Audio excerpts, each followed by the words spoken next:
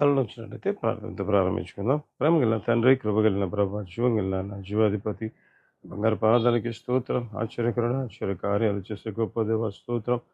కీర్తనీయుడ, మా ఆరాధ్య దైవమా, నీకు వందనాలు చెల్లించుకుంటున్నాం. మీరు ప్రేమించి ఇచ్చిన అమూల్యమైన సమయానికి వందనాలు. ఇది వాక్యం ద్వారా అందరితో మాట్లాడటానికి మీరు ఆశపడుతుండగా స్తోత్రం. కాబట్టి వినగల చెవి, గ్రహించగల మనస్సు తండ్రి, నీ విచిత్ర కృప ద్వారా మీరే మాకు అనుగ్రహించి మహిమ, ఘనత, ప్రభావాలు కేవలం మీరు మాత్రమే పొందమని ప్రతి బిడ్డ ఆయన స్వరాన్ని వినటానికి మీరే కృప చూపించమని సమస్త మహిమ నీకే చెల్లిస్తూ బహుస్వస్థముగా నేరుగా మీరే మాట్లాడి మహిమ పొందమని సమస్త మహిమ నీకు చెల్లిస్తూ యేసు నామమున అడుగుతున్నాము తండ్రి, ఆమేన్. హల్లెలూయా.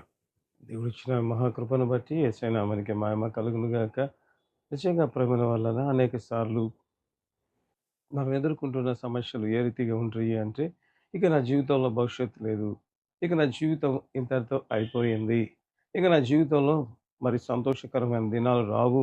లేకపోతే భవిష్యత్తు ఇక లేదు. అంతా అయిపోయింది అన్నట్లుగా మన జీవితాలు ఉండడం ప్రారంభిస్తాయి ప్రేమ వల్ల. అయితే నిజంగా మరి ఈ పరిస్థితులు అంటే మనకు క్లియర్‌గా కనపడుతూ ఉంటాయి ఇటువంటి భయంకరమైన పరిస్థితులు. అయితే ఏ రీతిగా ఉంటది అంటే పరిస్థితి, మనం చూస్తున్న పరిస్థితి మనకు ఆశాజనకంగా ఉండదు. అది సంతోషంగా ఉండదు. లేకపోతే ఇంకా చెప్పాలి అంటే ఇక మరణమే అన్నట్టుగా ఉండడం ప్రారంభిస్తది. అయితే ఈ సిట్యుయేషన్‌లో కూడా, ఈ పరిస్థితుల్లో కూడా ఒకవేళ నాకనిపిస్తది, ఒకవేళ మంచి భవిష్యత్తు కలిగి ఉండడానికి సాధ్యమవుతదా?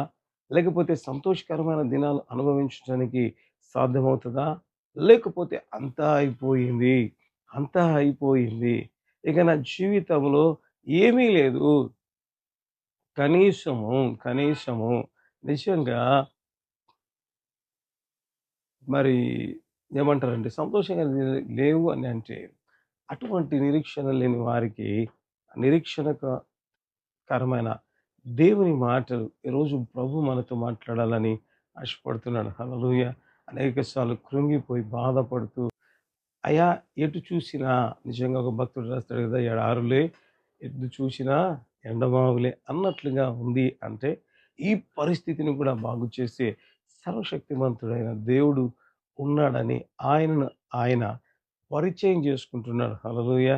నిజంగా ఎంత కృంగి ఉన్నా, ఎంత పరిస్థితి దారుణమైన పరిస్థితిలో ఉంటున్నా కూడా ఒక దేవుడున్నాడు.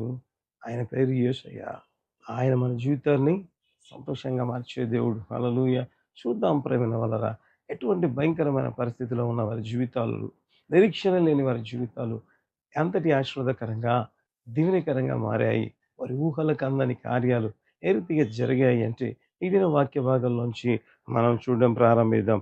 ఆదికాండము 21వ అధ్యాయము 14-16 వరకు ఉంటున్న దేవుని వాక్యాన్ని చదువుదాం ప్రేమైన వాళ్ళరా. కాబట్టి తెల్లవారినప్పుడు అబ్రాహాము లేచి ఆహారమును నీళ్ళ తిత్తిని తీసుకొని ఆ పిల్లవానితో కూడా హాగరునకు అప్పగించి ఆమె భుజము మీద వాటిని పెట్టి ఆమెను పంపివేసెను. ఆమె వెళ్ళి బెయేర్షెబా అరణ్యములో ఇటు అటు తిరుగుచుండెను. ఆ తిత్తిలోని నీళ్లు అయిపోయిన తరువాత ఆమె ఒక పొద క్రింద ఆ చిన్నవాని పడవేసి, ఈ పిల్లవాని చావు నేను చూడలేనని అనుకొని వింటవేత దూరము వెళ్ళి అతనికెదురుగా కూర్చుండెను. ఆమె ఎదురుగా కూర్చుండి ఎలుగెత్తి ఏడ్చెను. ఇక్కడ చూస్తే ప్రేమైన వాళ్ళారా, ఇష్మాయేలు జీవితంలో అతి భయంకరమైన ఒక పరిస్థితి అని చెప్పవచ్చు. ఏంటి అంటే, అతడు తన తండ్రి అయిన అబ్రహాము ఇంట్లో నుంచి లేకపోతే పంపివేయబడినట్లుగా మనం చూడడం ప్రారంభిస్తాం. అబ్రహాము ఎవరు అంటే మిక్కిలి ఆస్తి గలవాడు ప్రేమైన వాళ్ళారా. హల్లెలూయా.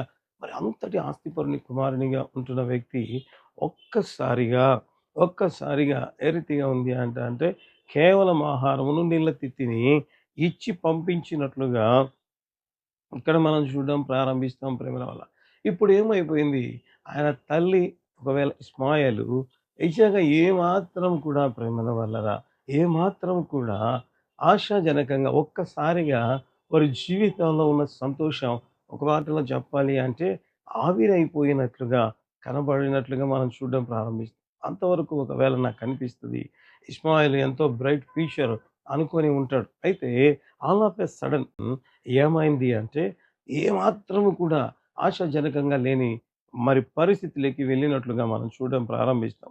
అంతేనా? అంటే బైబిల్‌లో రాయబడి ఉంటది. ఆ తిత్తిలో నీళ్ళు అయిపోయిన తర్వాత నిజంగా ప్రేమైన వాళ్ళరా ఒక దెబ్బ ఏమో అసలు భయంకరమైన స్థితిలోకి వెళ్ళిపోతే ఇంకొక పరిస్థితి ఏ రీతిగా ఉంది అంటే ఇక ఆ వ్యక్తి జీవితంలో ప్రేమైన వాళ్ళరా నీళ్ళు అయిపోయాయంట. బైబిల్‌లో రాయబడి ఉంటది. ఈ పిల్లవాని చావు నేను చూడలేననుకోని వాళ్ళ తల్లి ఏం చేసిందంట, అతని దూరంగా ఓ చెట్టు కింద పడవేసినట్లుగా మనం చూడడం ప్రారంభిస్తాం ప్రేమైన వాళ్ళరా. ఆ పరిస్థితులు ఏ రీతిగా ఉంటాయి అంటే ఎంతటి భయంకరమైన పరిస్థితులుగా ఉండడం ప్రారంభిస్తాయి అంటే నిజంగా మాటల్లో చెప్పలేం. ఇక నీళ్ళు లేకపోతే అంటే నాకనిపిస్తది ఆ తల్లికి ఇంక పూర్తిగా అర్థమైపోయింది. ఏంటి అంటే ఇక కొద్దిసేపట్లో ఆ పిల్లవాని చావు నేను చూడలేను అనుకునింది అంటే ఇక ఆమెకు అర్థమైపోయింది తన కుమారుడు కొద్ది గంటల్లో చనిపోతాడు అని ప్రేమైనవారు. అంటే ఒకవేళ అప్పటికే ఇష్మాయిల్‌కి ఒకవేళ వాటర్ శాతం భారీగా తగ్గిపోయి ఇక చచ్చిపోయే పరిస్థితికి వెళ్ళిపోయి ఉంటున్నాడు ప్రేమైనవారు. ఇటువంటి పరిస్థితిలో ఇష్మాయిల్ ఒకవేళ అనుకోని ఉంటాడా? లేకపోతే ఇష్మాయిల్ పిల్లవాడు కాబట్టి తన తల్లి ఏమన్నా అనుకోని ఉంటదంటే ఏమీ లేదు. ఆమె అంటది కదా! ఈ పిల్లవాని చావు నేను చూడలేననుకోని. అంటే ఆమెకు తేటగా తెలిసిపోయింది. ఇక పిల్లవాడు చనిపోతాడు. చనిపోతాడని చూసిన వ్యక్తికి అర్థమైతే, చనిపోబోతున్న ఆ వ్యక్తికి ఇంకెంత క్లియర్‌గా అర్థమవుతది ప్రేమైన ఎంతగా ఇబ్బంది పడుతూ ఉంటాడు. అంటే ఎంతటి ఇంకేమన్నా భవిష్యత్తు ఉందా ఇష్మాయిల్ అంటే, అసలు ఏమీ లేదు. ఏమీ లేదు అన్నట్లుగా కనపడడం ప్రారంభిస్తది ప్రేమలో.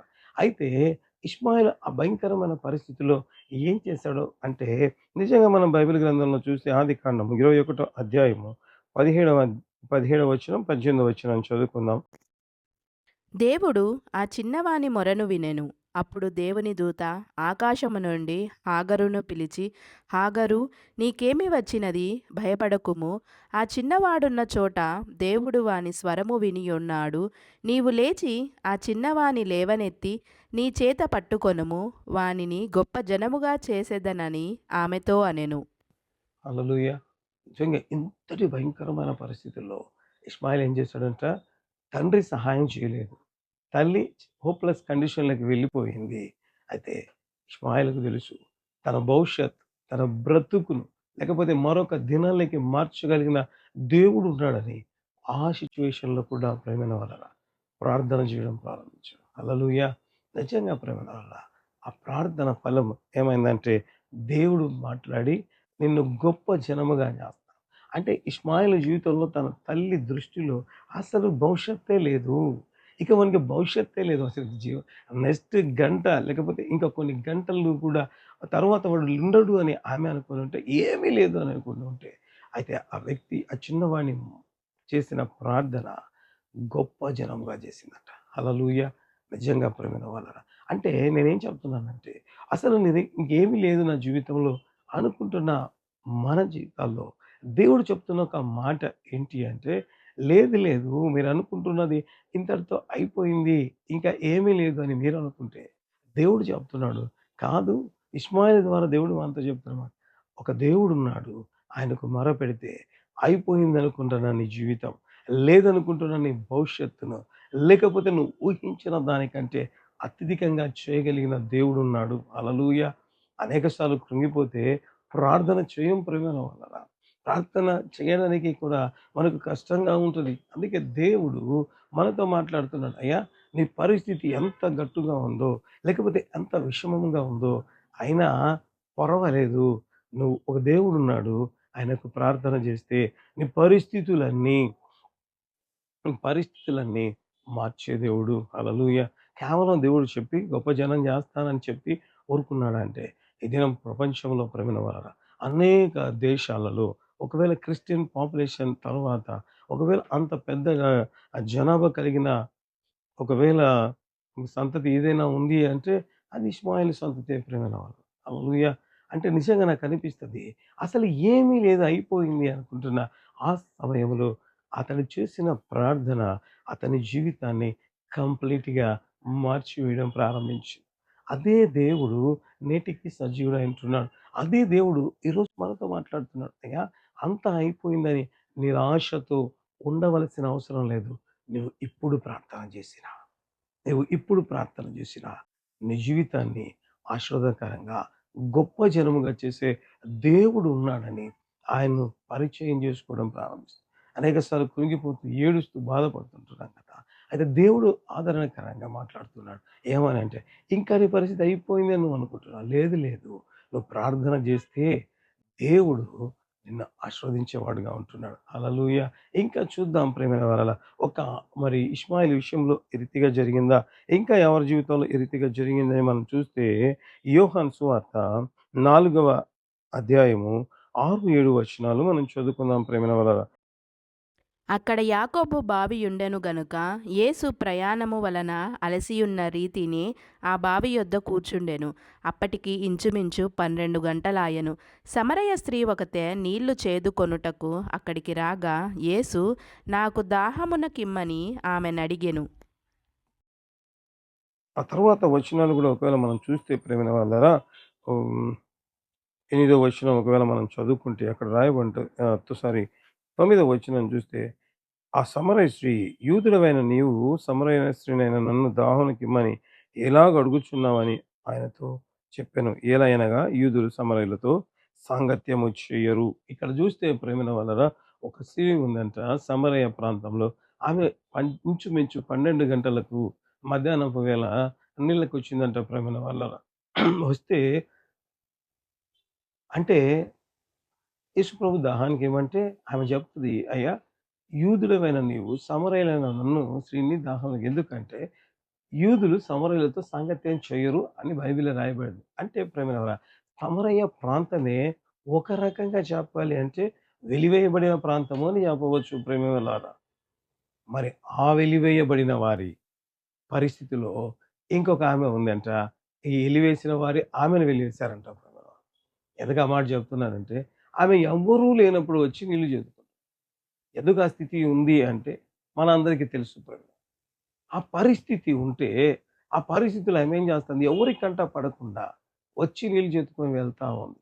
ఎందుకు ఆమెకు ఆ పరిస్థితి వచ్చింది అంటే, ఒకవేళ మనం బైబిల్ గ్రంథంలో చూస్తే యోహాను సువార్త 4వ అధ్యాయం 16-18 వరకు ఉంటున్న వాక్యం చదివితే మనకు క్లియర్‌గా అర్థమవుతది. యేసు నీవు వెళ్ళి నీ పెనిమిటిని పిలుచుకొని ఇక్కడికి రమ్మని ఆమెతో చెప్పెను. ఆ స్త్రీ నాకు పెనిమిటి లేడనగా యేసు ఆమెతో నాకు పెనిమిటి లేడని నీవు చెప్పిన మాట సరియే. నీకు 5 పెనిమిట్లుండిరి. ఇప్పుడు ఉన్నవాడు నీ పెనిమిటి కాడు. సత్యమే చెప్పితివనెను. ఇక్కడ చూస్తే ప్రేమల వలన ఎందుకు అంత దయనీయమైన పరిస్థితిలో ఆమె ఉంది అంటే, అప్పటికి 5 మంది పెనిమిట్లు ఆమెకున్నారంట. ఇప్పుడు ఒక వ్యక్తితో నిజంగా ఉన్నాడంట గాని అతడు పెనిమిటి కాడంట. అంటే నాకనిపిస్తది ఎంతటి కృంగుదల జీవితం ప్రేమల వల్ల. సమరయ ప్రాంతంలో ఉంటేనే యూదులు వెలివేస్తే, ఆ తర్వాత ఈ సమరయులే ఈమెను వెలివేశారు. ఎందుకంటే 5 మందిని చేసుకుంది. ఇప్పుడు ఆరో వ్యక్తితో ఉంది. అంటే నిజంగా ఒకరు ఫెయిల్యూర్ అయితే ఇంకొకరు ఫెయిల్ అయితే, ఒకవేళ మనం చూసి వాళ్ళు గేలి చేస్తున్నారేమో, లేక వీళ్ళని చూసి వాళ్ళు నవ్వుతున్నారేమో. ఇప్పుడు ఆ పరిస్థితి ఎంత దయనీయంగా ఉంది అంటే, నిజంగా ప్రేమల వల్ల మనుషుల కంట పడకుండా వచ్చి నీళ్లు తీసుకుపోయే పరిస్థితి అది. అంటే నాకనిపిస్తది, ఆమె ఆ మధ్యాహ్నం పూట వెళ్తున్నప్పుడు ఎంత భయంగా వెళ్తా ఉంటది. ఎంత భయంతో వెళ్తా ఉంటది. ఎందుకంటే ఎవరు చూస్తారో, ఈరోజు ఒకవేళ నాకనిపిస్తది నీళ్ళు అయిపోతున్నా గాని ఆమె గుండెల్లో భయం ప్రారంభమవుతదేమో ప్రేమ వలన. ఎందుకంటే, అయ్యో! నీళ్ళు చేదుకోవడానికి నేను ఆ బావి దగ్గరికి వెళ్ళాలి. ఎవరుంటారో ఏమో! ఒకవేళ పొరపాటున ఈ మధ్యాహ్న కాల సమయంలో ఎవరన్నా ఉంటే నా పరిస్థితి ఏంటి? నిజంగా ప్రేమల వల్లరా ఎంతటి భయంకరమైన, బాధాకరమైన పరిస్థితి అంటే, మన మాటల్లో చెప్పలేనంతగా ఆమె పరిస్థితి కనబడతా ఉంది ప్రేమల వల్ల. అంటే నాకనిపిస్తది, అయ్యా! మిగతా వాళ్ళ లైఫ్ లాగా నా లైఫ్ లేకుండా వెళ్ళిపోయిందే. అయ్యో! ఆ రోజు నేను చేసిన తప్పు, లేకపోతే ఆ రోజు నేను తీసుకున్న రాంగ్ డెసిషన్ ఈరోజు నా జీవితానికి ఇంత శాపమైంది. నా జీవితంలో మంచి రోజులు వస్తాయా? నా జీవితంలో కూడా సంతోషం వస్తదా? మరి దుఃఖం తొలగిపోతదా? నెమ్మది వస్తదా? ఎంతగా కృంగిపోయి ఉంటదో ప్రేమ. అయిపోయింది. ఒకవేళ ఎవరితో అయినా చెప్తే, ఈ పాస్ట్ ఈజ్ పాస్ట్. ఇక ఏమి చేయలేవు. నీ చేతుల్లో ఏమీ లేదు. ఎందుకంటే నీ జీవితం అయిపోయింది అంతా అన్నట్లుగా సలహా ఇస్తారు ప్రేమైన వాళ్ళు. ఎందుకంటే ఆమె స్వతహాగా తన జీవితాన్ని తిరిగి ఆశీర్వాదకరంగా చేసుకోగలుగుతది అంటే లేదు ప్రేమైన వాళ్ళరా. కాబట్టి ఇక అనుకుంటది, అయ్యా నా జీవితంలో దుఃఖమేమో, లేకపోతే నేను చనిపోయేంత వరకు కూడా ఈ బాధను భరించవలసి వస్తదేమో అంటే నిజంగా ప్రేమైన వాళ్ళరా. యేసు ప్రభు వచ్చాడు. ఆ తర్వాత ఆమెతో మాట్లాడిన తర్వాత ఆమె జీవితం ఏ రీతిగా మారిపోయింది అంటే ప్రేమైన వాళ్ళరా చూద్దాం. అదే యోహాను సువార్త 4వ అధ్యాయము 39వ వచనాన్ని చదువుకుందాం. నేను చెప్పినవనియు నాతో చెప్పినని సాక్ష్యం ఇచ్చిన ఆ స్త్రీ యొక్క మాటను బట్టి ఆ ఊరిలోని సమరయులు అనేకులు ఆయనందు విశ్వాసం ఉంచిరి. హల్లెలూయా! నిజంగా ప్రేమైన వాళ్ళరా ఏ రోజైనా ఆమె ఎక్స్‌పెక్ట్ చేసి ఉంటదా? అయ్యా నేనొక సువార్తికురాలినైతాను. ఇంతగా ఉంది. నా జీవితంలో దుఃఖం, బాధ, వేదనే అసలు సంతోషమే ఉండదు అంటే నిజంగా నాకు అనిపిస్తది. ఇంకొక్క మాట మార్చి చెప్పాలి అంటే ఎవ్వరు కూడా నా గురించి మంచిగా మాట్లాడుకోరు. ఎవరు కూడా నేను ఎవరికి కూడా ఆశీర్వాదం కాదు అని అనుకోని ఉంటది ప్రేమ.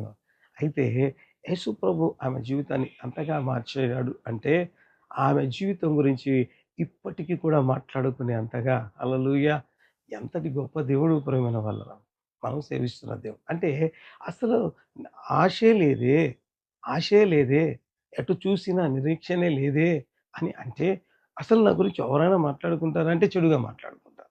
అయితే ఈరోజు ఇప్పటికి కొన్ని వేలు, లక్షల మంది ప్రజలు, కోట్ల మంది ప్రజలు ఆమె గురించి మాట్లాడుకుంటున్నారు. ఆ సమరయ స్త్రీ గురించి మరి మాట్లాడుతూ ఉంటున్నారు ప్రేమ.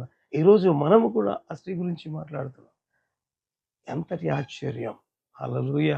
ఆమె చెప్పిన మాటలను బట్టి అనేకులు ఆయన యందు విశ్వాసం ఉంచారంట. అయ్యా! నా జీవితం ఎందుకు పనికిరాదు.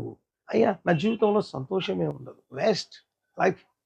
అయితే ఆశీర్వాదకరంగా మార్చే దేవుడు యేసు ప్రభు ప్రేమైన వాళ్ళ. అంటే ఏం చెప్తున్నానంటే, అయ్యా! అంతా అయిపోయింది. అయిపోయింది. 5 మందిని చేసుకోక ముందు ఒక్కసారి ఆలోచించి ఉంటే నాకు ఈ స్థితి వచ్చేది కాదు. అయినా కూడా, అయినా కూడా అటువంటి భయంకరమైన జీవితాన్ని కూడా మార్చి ఆశీర్వాదకరంగా మార్చిన దేవుడు యేసు ప్రభు ప్రేమైన వారా.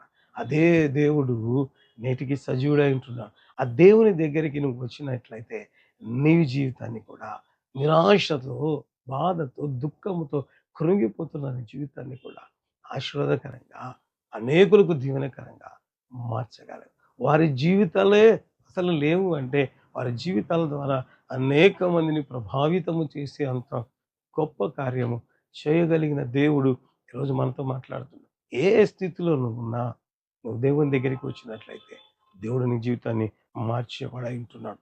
ఏ రీతిగా ఆశీర్వాదకరంగా తరతరాలకు దీవెనకరంగా ప్రేమ వల్ల చివరిగా నిజంగా ఒక పర్సన్‌ను చూసి ఈ దినపు వాక్య భాగాన్ని మనం ముగించుకుందాం. మరి లూకా సువార్త 23 అధ్యాయము లూకా సువార్త 23 అధ్యాయం 33 వచనం చదువుకుందాం ప్రేమ.